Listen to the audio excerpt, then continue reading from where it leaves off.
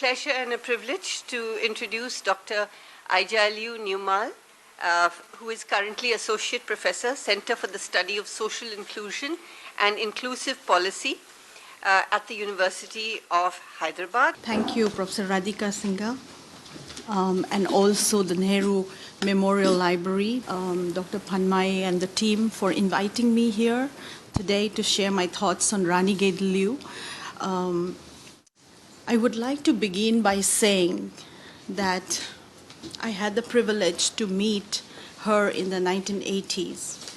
And I remember her adorned in her traditional attire and trademarks dark sunglasses, as we see her here in the picture, being helped to walk down from an aisle by two of her Zaliangrong young nurses, female nurses. They happened to visit my hometown, Niumei, in Tamenglong district. Now, I was also having a mixed feeling of awe and mystification while meeting her on that particular day.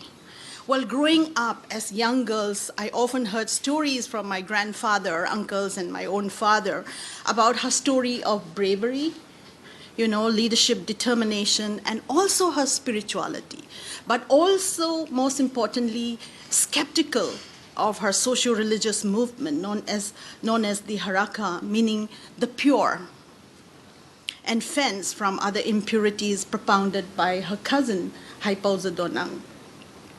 She was believed to be the avatar of goddess, the incarnation of goddess Rani Gaidinliu, and she did not attend any formal modern school during her days as any other girls in other societies during her childhood, because of the fact that there was no school in her village or in Tamenglong area during that time. Her handwritten script resembles Urdu or Arabic scripts.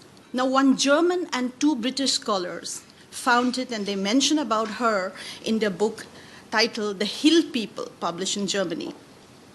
Her inspiration to write a script derived from her guru, Zadonang. Asoso Yono, who is known for his book called The Rising Nagas. Now, although Rani Gaidinliu was illiterate, her words and her ideas was powerful and commanding that everyone who followed her was subjected to her without raising any questions. There was no questions asked when she speaks, when she shares her ideas. She had an absolute command over her people.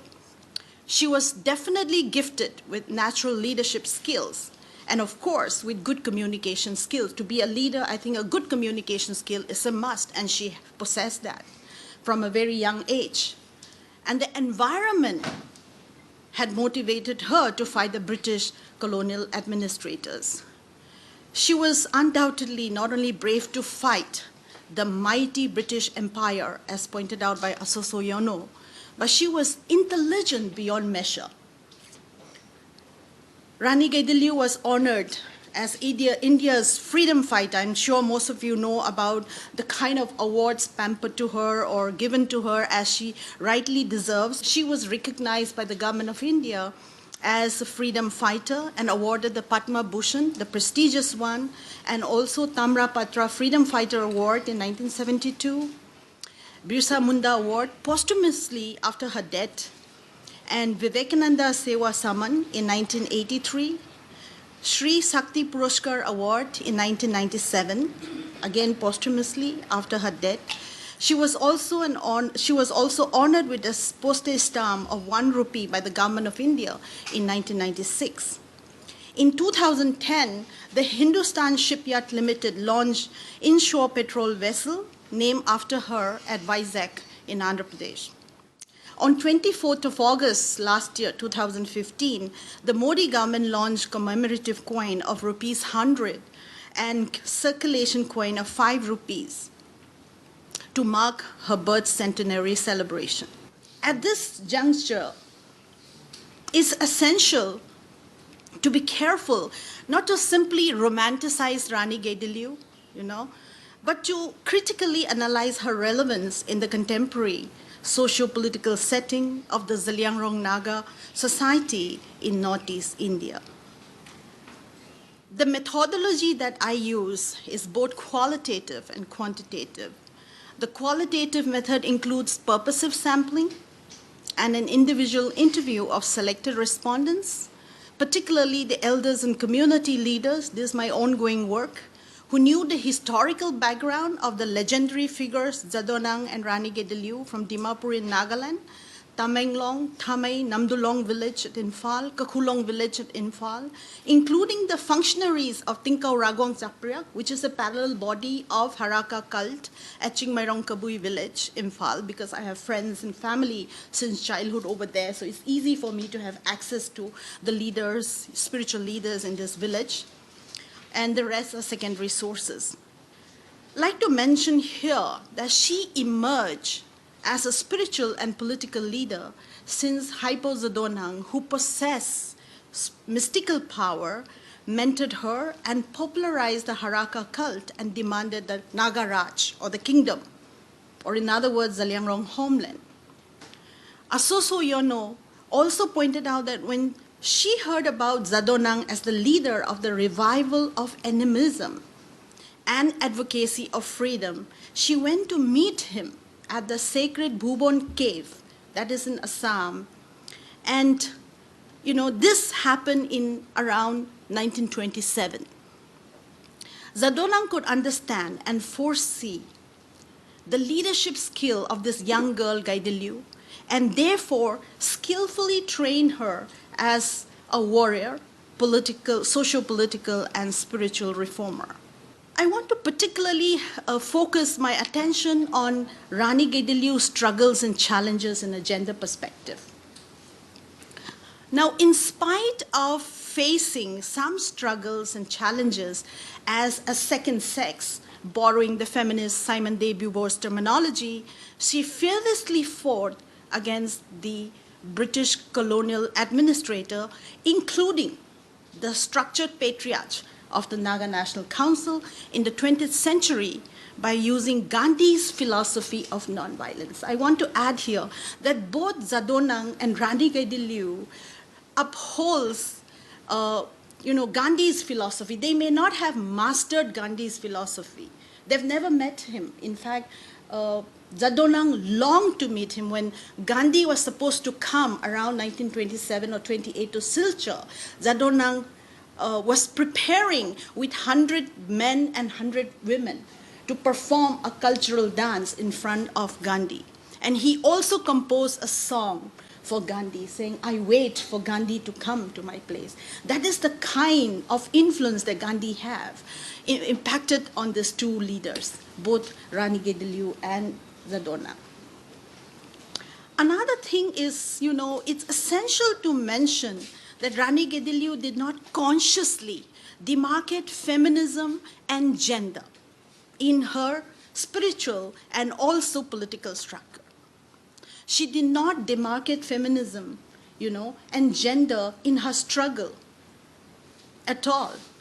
However, my point is, there are traditional and cultural barriers between men and women among the Zaliangrong Nagas. Aram Pamay, who is a human rights activist, have clearly mentioned that women are often prohibited, even from village councils, even till today, which I think my colleague Rosemary has been actively advocating for that. And in the context of Zaliangrong tribe, women are not seen when wars takes place, inter-village war take place. But then, as I said, we need to understand this kind of cultural barriers very deeply. For instance, the customary law prohibits women, as I said earlier, to participate in the decision-making process and lead the war against enemies, although women are considered as equal. When we talk about gender inequality in Naga society, a majority of men would not accept because we still acknowledge that there is gender equality. Women are given an equal platform in the society. Women and children and the Zeliangrong tribe, women and children were protected by their menfolk in the interior part of the village during the inter-village conflict. That we do have inter-village conflict. We do practice headhunting, and women are considered precious, to kind of carry on the lineage. So they are protected by their men in the interior parts of the village. If one takes women's hair, it shows chivalry of that particular man. If one brings woman's head in the village, it shows the chivalrousness of the soldier or the warrior. Because he not only killed people in the periphery of the village, but he have entered to the innermost part of the village to take women and children's head. So that shows his chivalry. Sociologist Maitri Chaudhary argues that the economic and political spheres are alien spaces women have to enter. The home is the natural realm where women already exist. Her arguments hold true for Naga women, since for centuries, Naga women were never encouraged to involve in political spheres, although they administered their homes. The recent elections in State Assembly election in 2014 saw 2 Naga women, but they were defeated very bad. In the context of Rani Gaidinliu, she has rise up above the traditional norm. Since she rejected the marriage proposal, Professor Niumei Kamei has mentioned about the name of the person who proposed marriage to her when she landed up in Assam. Now, in other words, she considered her calling to be a spiritual and political reformer. Her calling, using German sociologist Max Weber's jargon, as higher than settling down to have children, produce offsprings, and confine within a domestic space. The colonial administrators used their white power, status, and privilege to continuously exploit and suppress the marginalized Zeliangrong Nagas. Rani Gaidinliu, as a young teenage girl, understood the power of confrontation. And she has convicted to mobilize her army, including girls, and fight the oppressive system that used even young Zeliangrong girls and women as forced labor without payment. The patriarchal and oppressive methods of using forced labor, both men and women, in which Rani Gaidinliu was also one of them. She used to carry, like a porter, luggage of this colonial, administrators in villages. And also collecting revenue taxes of ₹3 per house in every village. Feasting by the colonial rulers at the expense of the excluded Zeliangrong villages.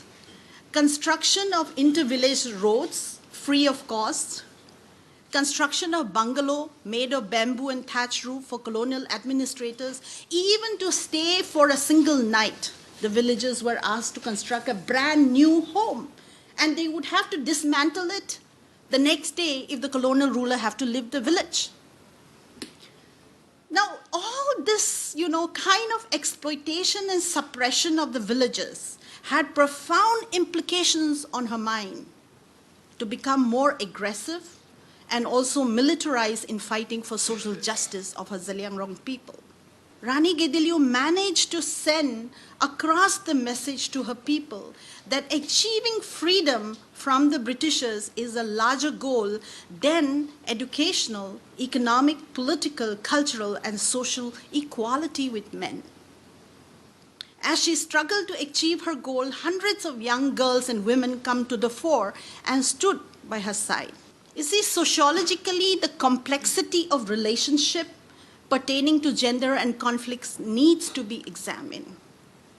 Rani Gaidinliu's vision of political power and goal of achieving the Naga Raj or Zeliangrong homeland under Indian Union. This is the difference between, the NSCN and Zeliangrong movement, because they're fighting for their own freedom, and autonomy, but within the Indian Union, whereas NSCN fights for Naga freedom, but for sovereignty. So you see a little bit of differences between the two here, which I don't want to go into details. But the point I'm making here is Rani Gaidinliu's vision of political power and goal of achieving Nagaraj or Zaliangrong homeland under Indian Union needs to be imbued with a feminist perspective. Now, hypothetically, some of the basic challenges that she and her female army, sometimes they may have suffered hunger, thirst, and harsh weather in the jungles, as the man did. But at the same time, they learned to hold Naga Dao, the swords, spears, and the like. She may also have raised questions about her and other girls' femininity and sexuality, whether men were attracted to her, and how to tackle that kind of sexual attraction in such situations when they're fighting for larger cause. Regarding her relationship with her army girls, she managed to force close emotional bonds with them. She also gained a great sense of respect from both men and women and share a common purpose.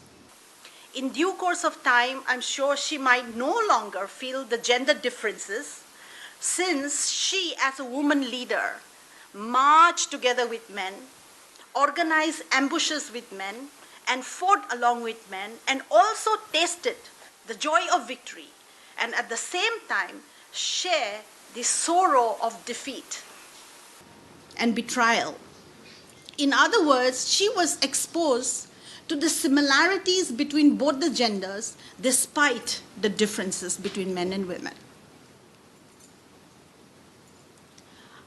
Well, warfare is perceived to be the critical assessment of masculinity and also to the patriarchal ideological structure in every culture. However, involvement of women army in warfare changes the notion of masculinity to a certain extent. Obviously, there is feminization of, women army if you look around every culture, in the sense that majority of girls or women in the army were not in top hierarchical structure, but remain at the bottom. So in any kind of this war, there is feminization of women army. Rani Gaidinliu's experiences as a woman warrior made her felt prepared for anything, and that she become more confident since her sense of partaking in Zaliangrong history was evident.